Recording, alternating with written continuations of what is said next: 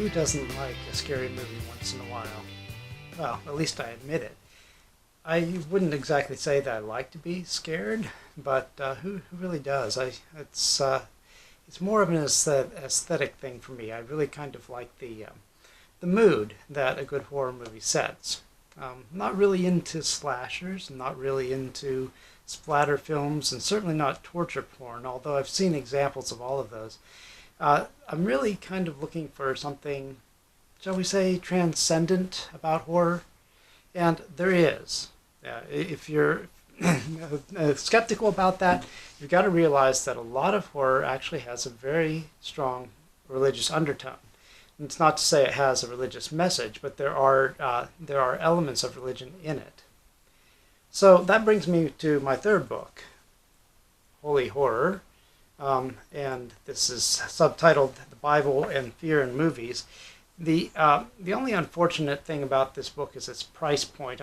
So it's a little bit on the hefty side. It is unfortunate that that's the way academic publishers tend to have to price books. It's actually not technical. It's written for a general readership. Anybody can read this and understand it who has some interest in the idea.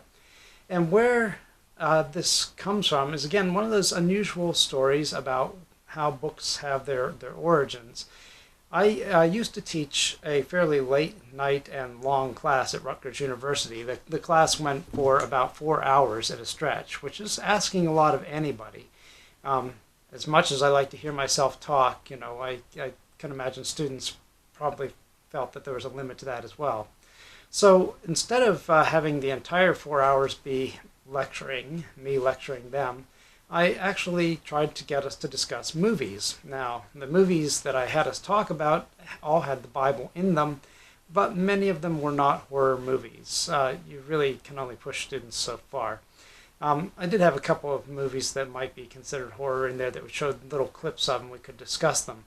But generally speaking, it was just the fact that the Bible occurs in lots and lots of movies. I don't know if you ever noticed it, but if you have what I call Bible radar, you start to notice the Bible in these various secular settings.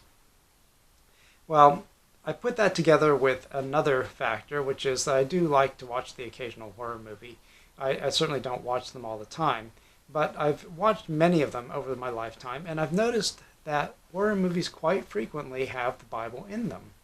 And that's because horror movies quite often deal with elements that are very close to religion. We don't always see the sharp distinctions there that you might think exist. As a matter of fact, if you search horror and Bible together on Google, you'll come up with websites saying, or asking the question, is it okay for Christians to watch horror? And that's a legitimate question for people who are in that particular faith tradition. But what I'm trying to do here is really look at how the Bible is used by horror. What is the message that you get from it if you look at them together? Now, this isn't an academic book. I'm not going to end the world with great revelations of what I've discovered here. But what you will find is that there is a really very interesting correlation between the way the Bible is perceived in horror and how people in the everyday world think about the Bible. Think of it this way. Most people don't read the Bible. A lot of people, though, go to movies, and horror movies always do well in theaters, almost always meet expectations and many times go past those expectations. So people know horror, but they don't know the Bible. The same can apply to other forms of mass culture as well. But what you'll soon find is that people understand the Bible through the lens of the movies they see, or the books they read, or the internet, or songs. They understand the Bible mediated by culture. There's a fancy word for this that scholars use. It's called the Bible, seeing the Bible as an iconic book. It's an icon. It functions as an object, a performative object, to put the academic spin on it. And what that means is the Bible functions without even being read, just by being there or just by being the Bible.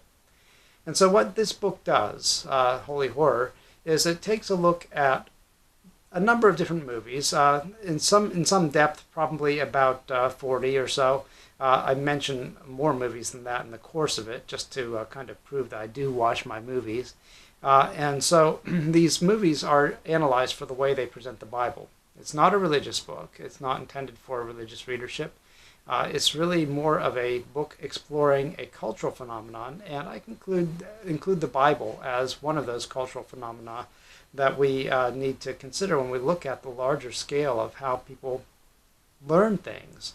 And I believe that people learn about the Bible through the media, and it can be a very effective tool to teach people about the Bible.